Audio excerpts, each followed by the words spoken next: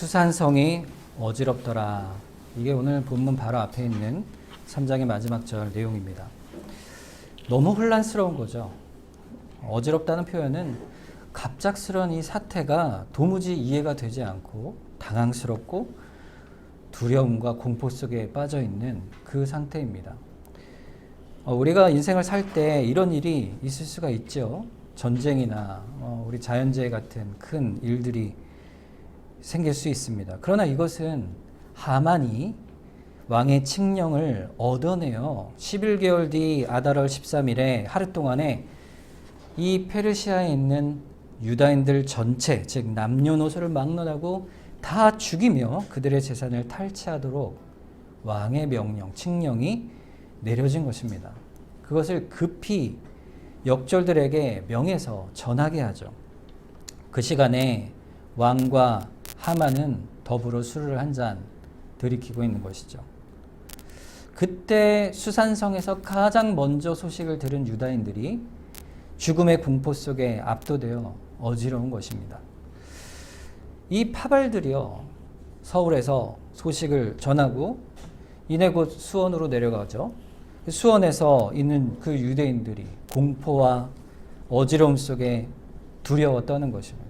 천안으로 가고 대전으로 가고 부산으로 가고 제주까지 이렇게 점점 죽음의 소식의 파도가 전국으로 밀려가는 것이에요. 그때 과연 여러분 살 수 있겠습니까? 여러분 그 소식을 들으면 여러분의 일상을 살 수가 있을까요?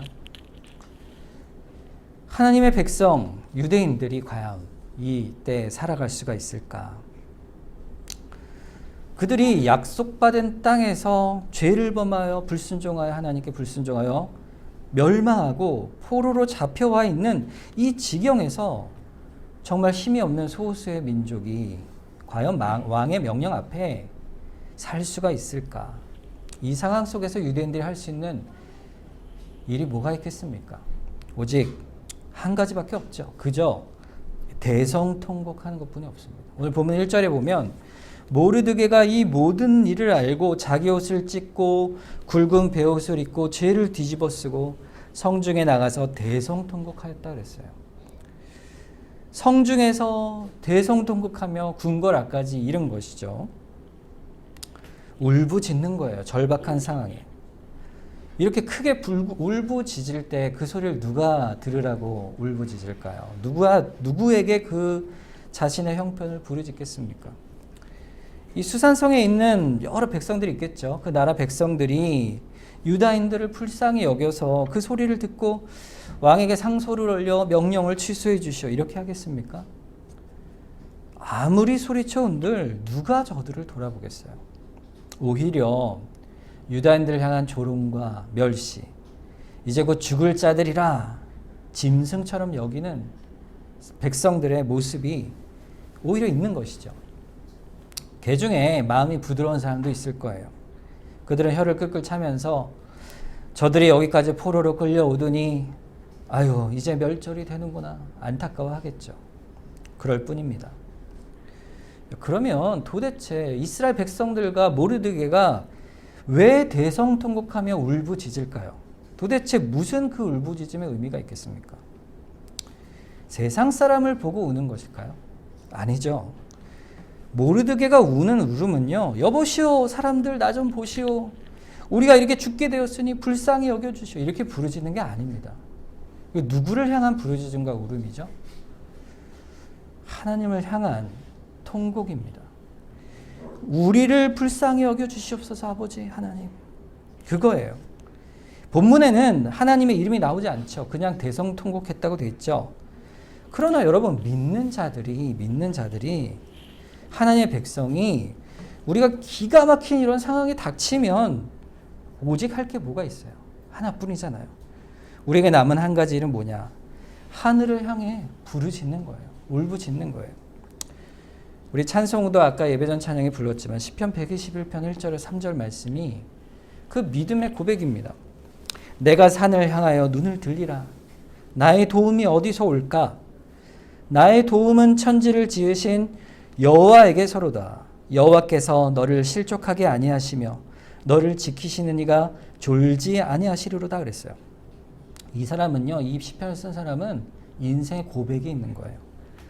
내가 이런 어려움을 당할 때마다 나를 건지신 이가 누구예요? 하나님이시다. 내가 어디다 눈을 들어요? 산을 향해 눈을 든다는 말은 하나님을 바라본다는 거죠. 나의 도움이 어디서 오겠나? 오직 나의 도움은 천지를 지으신 하나님뿐이다. 그분은 졸지도 아니하시고 주무시지도 아니하시고 나를 붙드신다. 이게 신자의 고백 아니겠습니까? 그러면서 자신의 마음을 행동으로 드러냅니다. 옷을 찢죠. 옷을 찢고 굵은 베옷을 입어요. 그리고 불에 탄 재를 머리에다 뒤집어 쓰는 거예요. 이게 뭘 상징할까요? 자기의 극도의 슬픔과 괴로움을 표현하는데 나는 이미 죽은 자입니다. 이거예요. 나는 죽은 자입니다. 하나님의 은혜와 도우심이 없으면 나는 죽은 자일 뿐입니다. 하나님 도와주시옵소서. 이게 부르짖음이죠. 여러분, 우리가 이 상황이 되면요. 지금 이제 하만에게 죽음을 당하게 될 이 상황이 됐잖아요. 그럼 여러분 일반적으로 이 상황일 때 누구에게 가서 부르짖어야 되겠습니까? 하만에게 가야죠. 그렇죠? 하만에게 달려가 울부짖으면서 나를 용서해 주시오. 내가 당신을 몰라봤소. 그러면서 울부짖어도 되잖아요. 근데요, 모르드게는 전혀 하만에게 가지 않아요. 왜 그렇죠? 하나님 때문이에요. 하나님 때문에. 하나님을 대적하는 그들과 내가 상종하지 않을 것이라. 내가 하나님이 대적하게 하신 그들과 싸울 것이라. 그것이죠. 믿음에서 그 결과 나타난 결과예요. 그런데 그 결과가 뭡니까? 이 큰 죽음의 공포죠. 그때 여전히 하나님을 보던 거예요. 하나님, 우리를 붙들어 주시옵소서. 불쌍히 여겨 주시옵소서. 자, 여러분 같으면 어떻게 하시겠어요? 탈출구가 없죠. 여러분 살다 보면은 우리에게 정말 막다른 골목에, 막다른 길에 와 있는 것 같은 때가 있죠.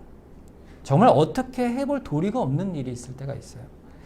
뭐 용서를 구하거나 아니면 문제가 해결할 방안이 어떻게든 있으면 괜찮죠. 그러나 회복이 불가능한 실패, 내 힘을 벗어나 나로서 어떻게 할 수 없는 그 환난과 어려움과 핍박이 나에게 다가올 때 어떻게 하겠냔 말이에요. 우리 삶 속에 믿음 때문에 당하는 환난이 있죠. 핍박이 있어요. 그것도 있고 믿음 때문이 아니라 다들 한 인생 사는데 인생의 모양이 각기 너무 다양하고 다르니까 남들은 다 괜찮게 살지만 나는 왜 이런가? 그런 일들이 우리에게 다가올 때가 있어요. 우겨쌈을 당하는 거죠. 우겨쌈을. 그럴 때 신자는 어떤 고백을 합니까? 이런 고백을 하는 거예요. 고린도후서 4장 8절과 9절. 우리가 사방으로 우겨쌈을 당하여도 쌓이지 아니하며 답답한 일을 당하여도 낙심하지 아니하며 박해를 받아도 버림받지 아니하며 거꾸로 뜨림을 당하여도 망하지 아니한다 그랬습니다. 우겨쌈을 당한다. 우리 인생에서요, 완전히 길이 여러 갈래 다 막혀 있는 거예요. 헤어날 방법이 없고 마치 밧줄에 꽁꽁 묶인 것처럼 절망과 당혹에 빠져 있는 인생의 일들이 신자에게 없습니까? 있잖아요. 있지요. 그거 어떻게 할 거냐 그 말이에요. 내 인생 도대체 왜 이런가? 내 자식은 믿는 가정에서 태어난데도 어찌 저렇게 남들에게 자식 얘기가 하기 부끄러울 만큼 이탈 속에 있는지, 잘 키운 아이가 있는데 부모보다 먼저 떠나는 일이 있어요. 하나님 왜 그렇게 하시는지, 내 남편을 먼저 데려가시고 내 아내를 먼저 데려가시는지, 또 왜 우리 가정에는 아이를 안 주시는가? 우리 집은 왜 이렇고 우리 부모님은 왜 이런가? 왜 사는 형편이 이런가? 또 왜 이 나라는, 내 이 가정은, 신앙 환경은 왜 이런가? 예수가 믿는 게 뭐가 죄라고 이런 일들 나에게 있어야 되는가? 이런 일상의 고통, 또 영적인 환란이, 그 모든 것이 우겨싸듯 조여올 때가 있는 것입니다. 우리의 힘으로는요 극복할 수가 없어요. 그러나 그저 버틸 수밖에 없는 거예요. 견딜 수밖에 없는 거예요. 그렇게 견딜 때 다만 믿는 자들은요, 믿는 자들은 하나님의 백성은 하나님 앞에 할 것이 원망과 불평과 비난이 아니라 우리에게 주의 도우심이 반드시 있고 우리를 지금도 주권적으로 섭리하시는 하나님의 선한 손길을 굳게 믿는 거예요. 그래서 기도하는 겁니다. 울부짖는 거예요. 그래서 견디는 겁니다. 그런 자들은요, 우겨쌈을 당해도 또 모든 답답한 일 속에서도요, 거꾸러뜨려져도요, 박해를 받아도 다 쌓이지 아니하고 견뎌내는 거예요. 낙심치 않는 것입니다. 고린도서 4장 7절 그 이유가 나옵니다. 오늘 읽은 이 말씀 바로 앞절이에요. 그 이유가 뭘까? 우리가 이 보배를 질그릇에 가졌으니 이는 심히 큰 능력은 하나님께 있고 우리에게 있지 아니함을 알게 하려 함이라 그랬어요. 여러분, 우리가 질그릇이에요. 질그릇이 뭐죠? 진흙으로 빚은 그릇이에요. 그거는 툭 치면은 깨져버리죠. 우리만큼 연약한 게 이 질그릇이에요. 그런데 이 질그릇이 귀퉁이가 깨지고 금이가 있지만 그 안에 들어있는 게 뭐냐 이거예요. 우리 안에 있는 게 뭐예요? 보배래요. 보배가 누구죠? 예수 그리스도를 믿는 믿음입니다. 아버지를 믿는 믿음이에요. 하나님이 다 아시고 우리를 선히 인도해 주시는 아버지심을 믿는 거예요. 이는 그래서 그 큰 심히 큰 능력, 하나님의 은혜가 우리에게 있는 거예요. 그것을 알려주시는 거예요. 알게 하시기 위하여. 환난 속에서도요, 믿는 자들은 그 길을 가게 하셔요. 로마서 4장 20절에서 21절에 보면 믿음이 없어 하나님의 약속을 의심하지 않고 믿음으로 견고하여져서 하나님께 영광을 돌리며 약속하신 그것을 또한 능히 이루실 줄을 확신하노니 그러므로 그것이 그에게 의로 여겨졌다. 이거 아브라함에 관한 얘기예요. 아브라함의 인생 속에 그 고난 속에 그가 믿음으로 견고하여졌다. 이 믿음으로 견고하여졌다는 건 뭘까요? 하나님을 바라보는 겁니다. 하나님의 약속을 바라보고 그분의 선하심을 바라보는 거예요. 그래서 의지하는 거예요. 그리고 매일매일 환난 속에서 기도하고 붙드는 거예요. 그것을 하나님이 뭐로 여기셨다고요? 의로 여기셨다고 그랬어요. 신자의 의가 뭘까요? 하나님의 의지하는 겁니다. 신자의 선함이 뭘까요? 하나님을 의지하는 거예요. 그 반대로 불의가 뭡니까? 하나님을 의지하지 않는 겁니다. 여러분이 하나님을 의지하시기를 주님의 이름으로 축원합니다. 항상 의지하는 거예요. 그래서 믿음으로 의롭게 되는 겁니다.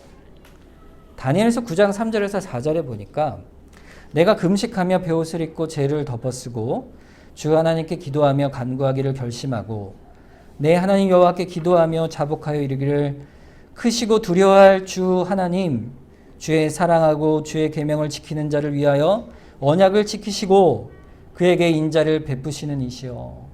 누가 기도하는 거냐면 다니엘의 기도입니다. 모르드게 기도하고 비교해 볼까요? 똑같죠? 금식합니다. 베옷을 입었죠. 죄를 뒤집어 쓰고 하나님께 부르짖는 거예요. 다니엘은. 다니엘이 기도한 내용이 뭐냐? 4절에 나오죠. 자복하는 기도예요. 자복. 자복이 뭐죠? 하나님 앞에 엎드려 회개하는 기도입니다. 지금 다니엘이 하는 기도는요, 자기 민족을 위해서 기도하는 기도예요. 자기가 지은 죄 때문이 아니고요, 자기 민족을 위한 기도를 하고 있어요. 포로된 백성들을 위한 기도. 하나님, 우리의 죄가 크오니 불쌍히 여겨 주시옵소서. 여러분, 모르드게도 그래요. 모르드게가 불의를 저질러서 지금 이제 악한 일을 당한 게 아니잖아요. 당연히 성도가요, 불의한 일을 하여 죄를 범하여 하나님께 기도할 때는 회개 기도를 해야 되는데, 내가 억울한 환난을 당할 때는 어떠해야 될까요? 하나님, 도대체 왜 저를 이러는데 이래 허락하십니까? 도대체 왜 이러시는 겁니까? 이렇게 절박함으로 따지는 게 아니에요. 어떠한 상황에서도 신자는 기도할 때 하나님, 불쌍한 이 죄인을 구하여 주시옵소서. 저는 죄인입니다. 이걸 고백하는 자예요. 하나님께 기도할 때요, 하나님께 엎드릴 때요, 하나님 앞에는요, 우린 항상 죄인이에요. 그래서 우리가 내가 한 일이 아닌데 이런 억울한 일을 당하는 것 같을 때에도요. 우리는 어떻게 기도해야 됩니까? 부르짖어 회개하며 겸손한 자의 모습을 기도해야 돼요. 그게 애통하는 자의 기도요. 또 마음이 가난한 자의 기도예요. 그것이 천국 백성의 모습이죠. 그 기도 속에 하나님께서 우리를 붙들어 내시는 겁니다. 모르드게가 기도하는 기도는요, 설명이 없어요. 그런데 바로 이 기도입니다. 지금 모르드게가 부르짖을 때 그 기도는 어디를 향한 기도예요? 하나님을 의지하고 부르짖는 기도예요. 이런 기도가 어떤 기도냐? 사도 베드로가 이렇게 말해요. 베드로전서 1장 6절에서 9절에 그러므로 너희가 이제 여러 가지 시험으로 말미암아 잠깐 근심하게 되지 않을 수가 없으나 오히려 크게 기뻐하는도다 그랬어요. 너희 믿음의 확실함은 불로 연단하여도 없어질 금보다 더 귀하여 예수 그리스도께서 나타나실 때에 칭찬과 영광과 존귀를 얻게 할 것이니라. 예수를 너희가 보지 못하였으나 사랑하는도다. 이제도 보지 못하나 믿고 말할 수 없는 영광스러운 즐거움으로 기뻐하니 믿음의 결국 곧 영혼의 구원을 받음이라 그랬어요. 우리가 근심할 수밖에 없는 그 상황 속에서 오히려 크게 기뻐한다. 왜 그럴까요? 신자는요, 결과를 알기 때문에 그래요. 결과를 아는 자들이 신자예요. 불로 연단하여도 없어질 금보다 더 귀한 예수 그리스도를 향한 그 믿음이 확실한 거예요. 어떤 이렇게 확실합니까? 나중에 주가 오시면 칭찬과 영광과 존귀를 우리에게 베푸실 것이기 때문에. 그래서 우리가 있는 이 삶의 모든 일들 속에 결과를 아니까 감당해내는 겁니다. 그래서 주께 맡기는 거예요. 오늘 본문의 모르드게도 대성통곡을 하죠. 이때 누가 이 소식을 듣습니까? 에스더가 소식을 듣죠. 에스더는요, 이 소식을 못 들었어요. 왜 그래요? 왕궁에 갇혀 있는 거죠. 왕후가 화려해 보여도 가장 불쌍한 자 아니겠습니까? 갇혀 사는 거예요. 가족과 단절되어 살죠. 그런데 에스더는 거기에 더하여 믿음의 공동체, 언약의 공동체로부터 단절되어 있습니다. 이방의 제국의 황후가 되었으니까 믿음의 언약 백성이 하지 못할 일들을 얼마나 많이 보고 또 해야 할 일을 하지 못하는 일이 얼마나 많겠어요. 사실 눈물과 고통 속에 있는 사람은요, 에스더였어요. 그런데 에스더가요, 왕후로 세움받은 그 상황 속에 그저 세속적으로 살지 않았던 것 같아요. 그렇죠? 에스더가 어떻게 그 일을 견뎌왔을까? 그가 견뎌온 것은 결과를 알기 때문이죠. 주께 칭찬과 영광과 존귀하실 그 은혜를 바라본 거예요. 에스더는 그 삶 속에서 견뎌내고 있었던 거예요. 오히려 크게 기뻐할 그 무엇이 주어질 것을 알고 있었던 것이죠. 그때 에스더가 모르드게 통곡하는 소식을 듣고 너무 놀랐을 거 아니겠어요? 그래서 시중들을 보내서 의복을 보냅니다. 베옷을 입고 있으면 궁전을 못 들어가니까. 의복을 왜 보냈을까요? 아, 이런 거 입지 마세요. 옷 갈아입으세요. 이게 뜻이 아니고 옷을 갈아입고 아마도 자기에게 빨리 들어오라. 와서 나에게 사정을 말씀하시오. 이거죠. 그런데 모르드게가 끝내 받지 않습니다. 4절에 보면. 자, 상황이 이러이러하니 내가 이렇게 어려우니 왕혼인 네가 이렇게 해라. 이렇게 가서 얘기를 할 수 있겠잖아요. 그런데 모르드게가 왜 그 옷을 안 입었을까요? 왜 안 들어갔을까요? 지금은 하나님께 기도할 때라 그 말이에요. 기도할 때라. 지금 절규하고 하나님께 매어 달릴 때라 이거예요. 다급한 거예요. 누구에게 지금 갈 시간조차 없는 거예요? 에스더에게 야, 네가 이렇게 해라. 이렇게 얘기할 틈이 없다. 너도 소식을 들으면 기도해라.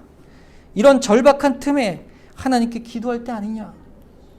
거절하고 계속 금식하여 통곡하고 기도하는 겁니다. 여러분 급하면 여러분 인생에 급한 일이 생기면요. 어떻게 됩니까? 즉시 엎드려야 돼요. 즉시. 여러분 마음에 딱 그 절박함이 올 때 우리 할 일은 다른 거 다 제쳐두고 주님 우리를 불쌍히 여겨주세요. 이렇게 부르짖어야 되는 겁니다. 물론 한편으로는 모르드게가 에스더를 생각했을 거예요. 자기가 그 옷을 입고 들어가면 궁전에 눈이 얼마나 많겠어요. 하만의 귀에 들어가지 않겠습니까? 그러면 에스더가 유대인이로구나. 에스더도 죽여야 한다. 이렇게 되지 않겠어요? 에스더를 위한 일이었겠죠.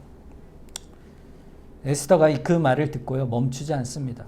자신이 왕이 보낸 내시 하닥을 그에게 보내어 자초지종을 물어보죠. 그리고 내게 보고하라. 본문 7절에 보니까 그 내용이 뭡니까? 모르드게가 자기가 당한 모든 일과 하만이 유대인을 멸하려고 왕의 금고에 바치기로 한 은혜의 정확한 액수를 하닥에게 말했다 그랬죠.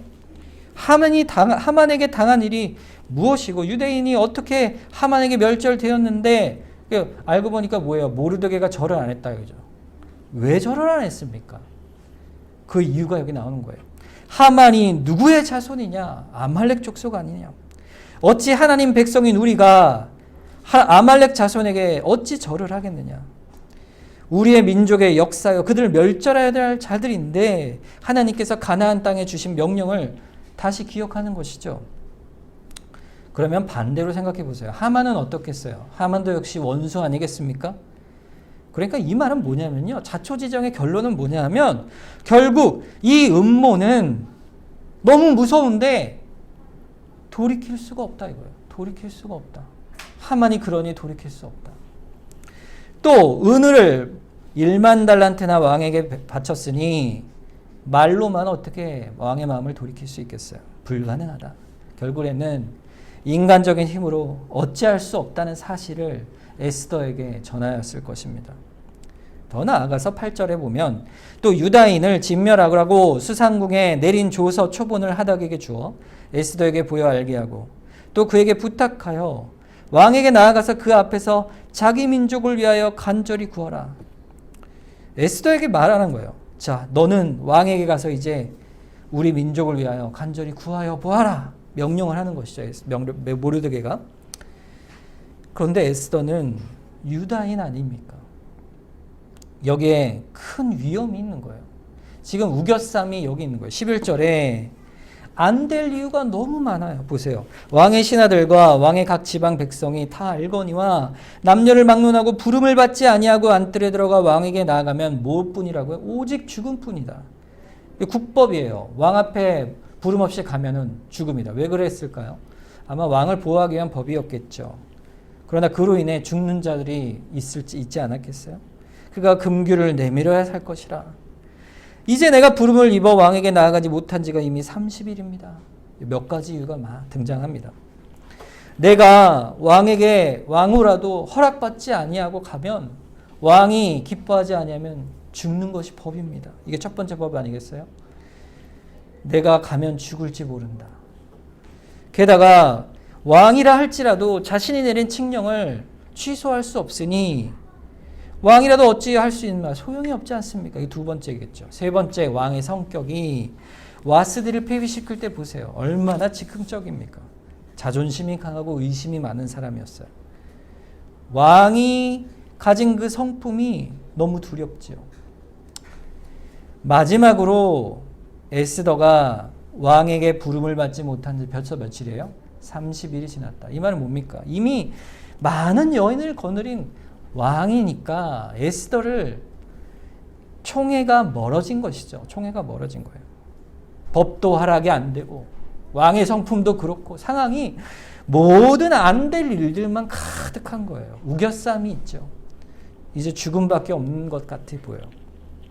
여러분 보통 이렇게 말하면 모르드게가 뭐라고 대답해야 되겠어요? 우리 같으면 어쩔 수가 없구나. 너도 어렵겠다. 우리 기도나 하자. 이렇게 되지 않겠습니까? 그러나 모르드게가요. 그렇게 안 합니다. 에스더를 책망해요. 13절을 보세요. 모르드게가 그를 시켜 에스더에게 회답하되 너는 왕궁에 있는 모든 유다인 중에 홀로 목숨을 건지리라 생각하지 말라. 어차피 너도 죽는다 이거예요. 가든 안 가든 너도 죽지 않느냐. 그러니 하나님 외엔 소망이 없다. 가라. 14절에 이때에 네가 만일 잠잠하여 말이 없으면 유다인은 다른 데로 말미암아 노인과 구원을 얻으려니와 너와 내 아버지 집은 멸망하리라. 네가 왕후의 자리에 얻은 것이 이때를 위함이 아닌지 누가 알겠느냐 그랬어요.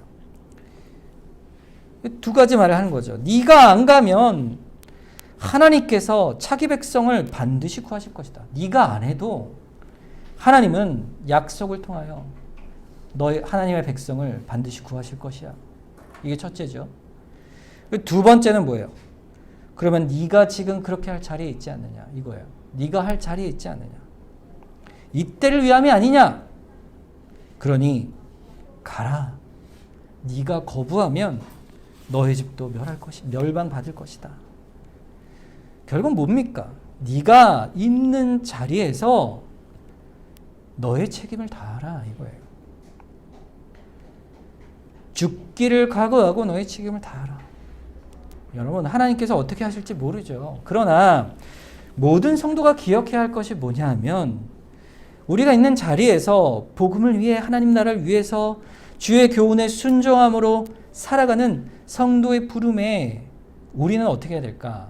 나에게 있는 자리에서 하나님이 주신 엄숙한 요구에 책임을 다해야 하는 거예요.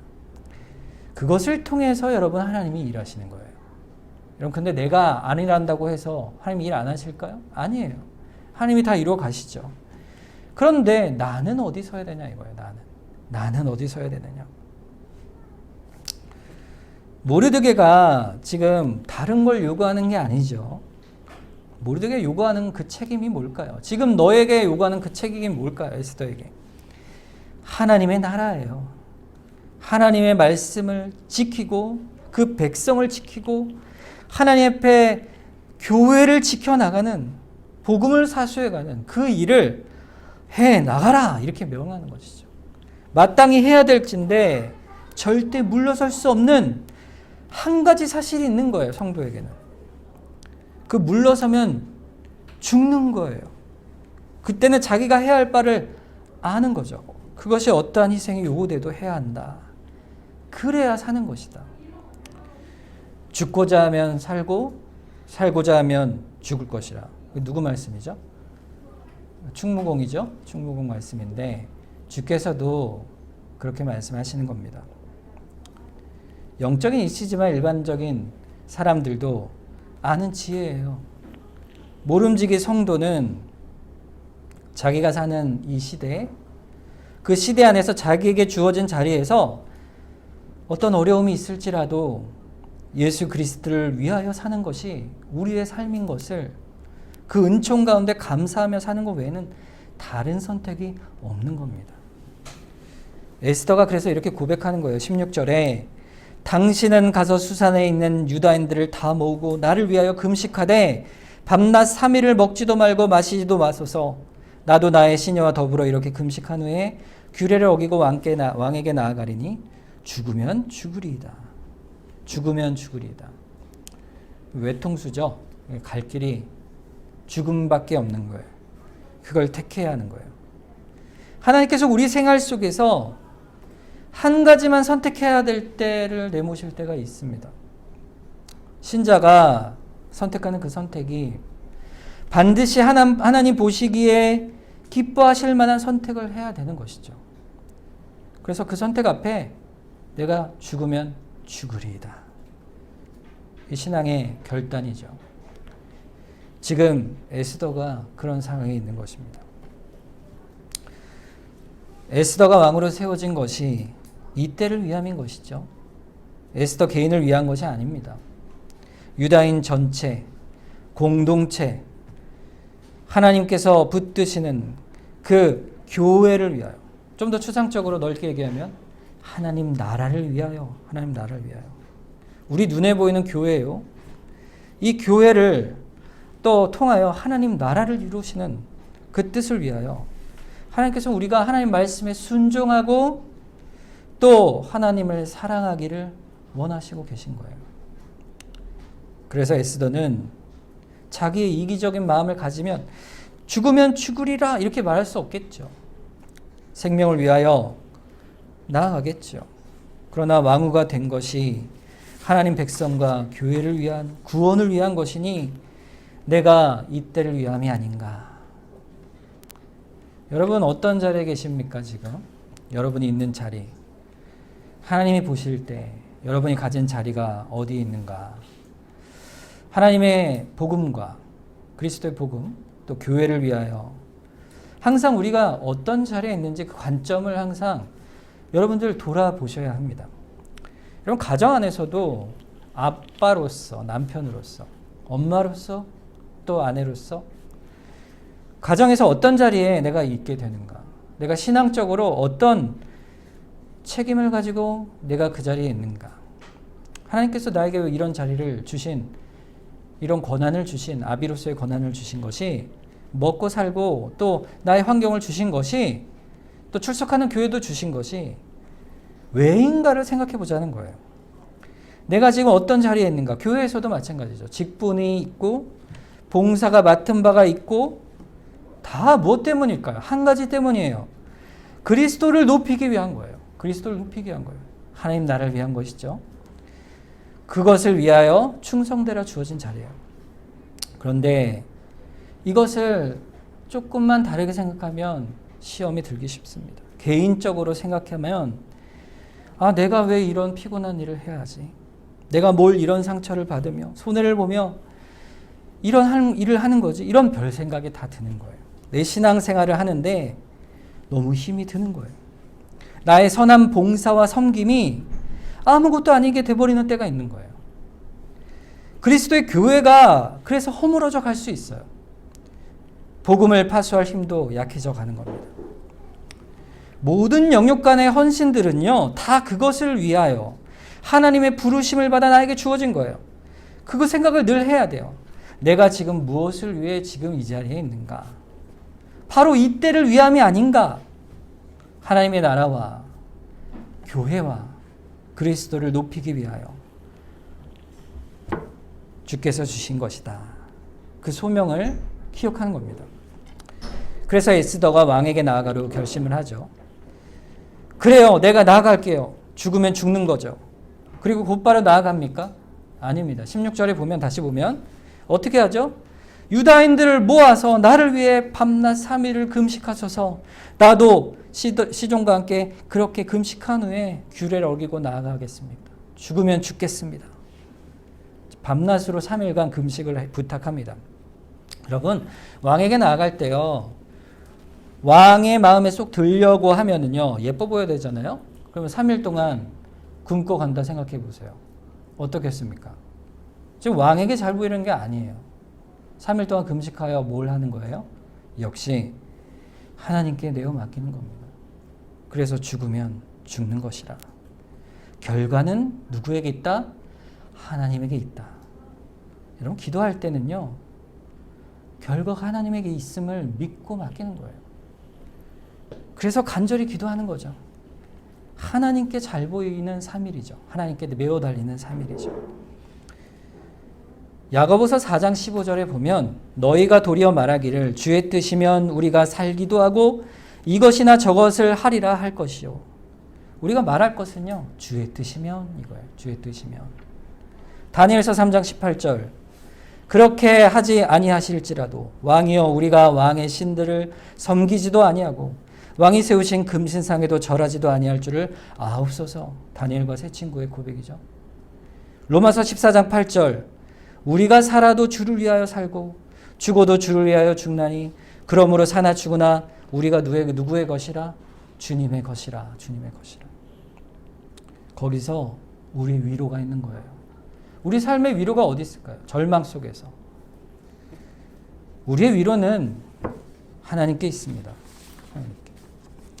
사도행전 20장 24절에 그런 자의 고백이 이거예요. 내가 달려갈 길과 주 예수께 받은 사명 곧 하나님의 은혜의 복음을 증언하는 일을 마치려 하면은 나의 생명조차 조금도 귀한 것으로 여기지 아니하노라. 에스더서 4장을 보면요, 하나님 이름이 한 번도 안 나옵니다. 기도했다는 말도 안 나와요. 금식했다고만 되어 있죠. 기도의 내용도 없어요. 그러나 그 내용 전체를 보면 철저하게 하나님의 주권적 섭리에 의해서 진행이 되어집니다. 그 섭리를 믿는 믿음에 신자들의 행동이 보이는 것이죠. 로마 시대 박해를 피해서 사람들이 카타콤이라는 곳에 숨어서 신앙을 지켜갔어요. 굴을 파는 거예요. 거기는 지대가 바위가 사암으로 되어 있어서 사람이 직접 파면은 굴을 만들어 집을 만들 수 있어요. 그래서 미로처럼 아주 수많은 미로를 만들어서 거기서 신앙을 지켜갔어요. 여러분, 그런데 오늘날도요, 사실은 지금도 우리가 신앙생활하는데 아무런 어려움이 없는 것처럼 보이지만 사실 서양을 보고 우리나라를 보면요, 지금도 우리에게 그런 시련이 다가오고 있습니다. 여러분, 그 인권에 대한 요즘 사상들 보면요, 동성애에 대한 문제 같은 걸 다루잖아요. 네덜란드에 있는 어떤 목사님 얘기를 들은 적이 있어요. 그 목사님이 원래 네덜란드가 우리가 믿는 이 개혁신앙에 굉장히 뿌리가 깊고 또 기둥이 되는 나라인데 네덜란드만큼 사실 성적으로 타락한 나라가 없어요. 그것이 개혁교회가 그렇게 많았는데 동성애를 인정해요. 교회에서 심지어. 그리고 또 그곳에서 이제 국가에서 아예 그거 성매매를 허용하는 나라이기도 하죠. 어떻게 그렇게 되었어? 이렇게 물어보면 너무 안타까운 거죠. 교회가 무너져 가고 있는 거예요. 근데 여러분, 우리나라도요, 한 코너만 싹 돌면 다르지 않습니다. 여러분, 우리나라도 이 서구 교회를 따라가고 있는 중이에요. 교회에서 인정하지 않으려고 애를 쓰지만 국가에서 법적으로요, 목사가 동성애 결혼에 주례를 서지 않잖아요. 그러면요, 벌을 받게 만드는 그런 법을 만든다고 해요. 그리고 동성애를 잘못됐다고 설교하면요, 그걸 누가 고발하잖아요. 그럼 감옥에 갈 수도 있습니다. 그런 시대가 됐어요.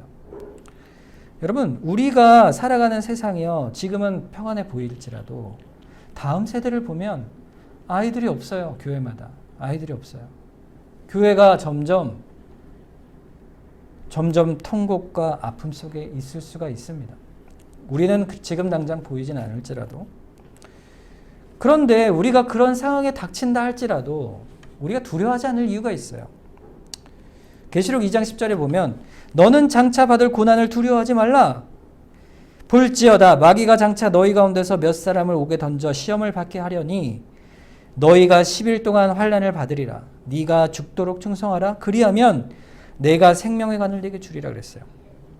오늘 이 시대에 우리가 믿음으로 산다는 것은요, 이런 시대가 곧 도래할지 모릅니다. 그러나 여러분, 우리가 닥친 상황이 어떠한 상황이라 할지라도요, 그것이 믿음에 관한 것이든 우리의 일상에 관한 것이든 우리가 죽음에 임박한 것이 아니라 할지라도요, 우리 각자의 신앙과 삶에는 주 앞에 매어 달려야 할, 죽으면 죽으리라 결단해야 할 그런 일들 가운데 우리를 주께서 불러내신다는 사실을 기억하시기 바랍니다. 자, 여러분, 그럴 때는 어떻게 해야 될까요? 주님을 의지하죠. 그리고 결단하는 겁니다. 주님을 믿고 나아갑니다. 주님께서 주실 그 영광을 바라봅니다. 우리 인생에서 그런 시험들 속에서 이겨낼 힘은 주께 있는 거예요. 오늘 이 말씀이 우리의 신앙에서 아주 중요한 지표가 되면 좋겠습니다. 우리가 닥치는 많은 일들 속에 우리가 어찌 살아야 될까? 세상에 들려오는 많은 이야기들 속에, 재앙 속에, 환난 속에 우리 어찌 살아야 되는가? 하나뿐이에요. 주님을 바라보는 거예요. 내가 어찌할 수 없잖아요. 내 인생도 그런데 우리의 믿음을 붙들어 가시길 바랍니다. 우리 믿음을 붙들어 가는 거예요. 오늘 말씀을 기억하면서 우리 한번 기도하면 좋겠습니다. 주님만을 바라봅니다. 주님, 우리의 인생을 붙드실 줄 믿습니다. 우리가 부르짖습니다. 주님께 엎드려 나아갑니다. 우리를 인도하여 주시옵소서. 우리 합심해서 한번 주님을 의지하면서 기도하도록 하겠습니다.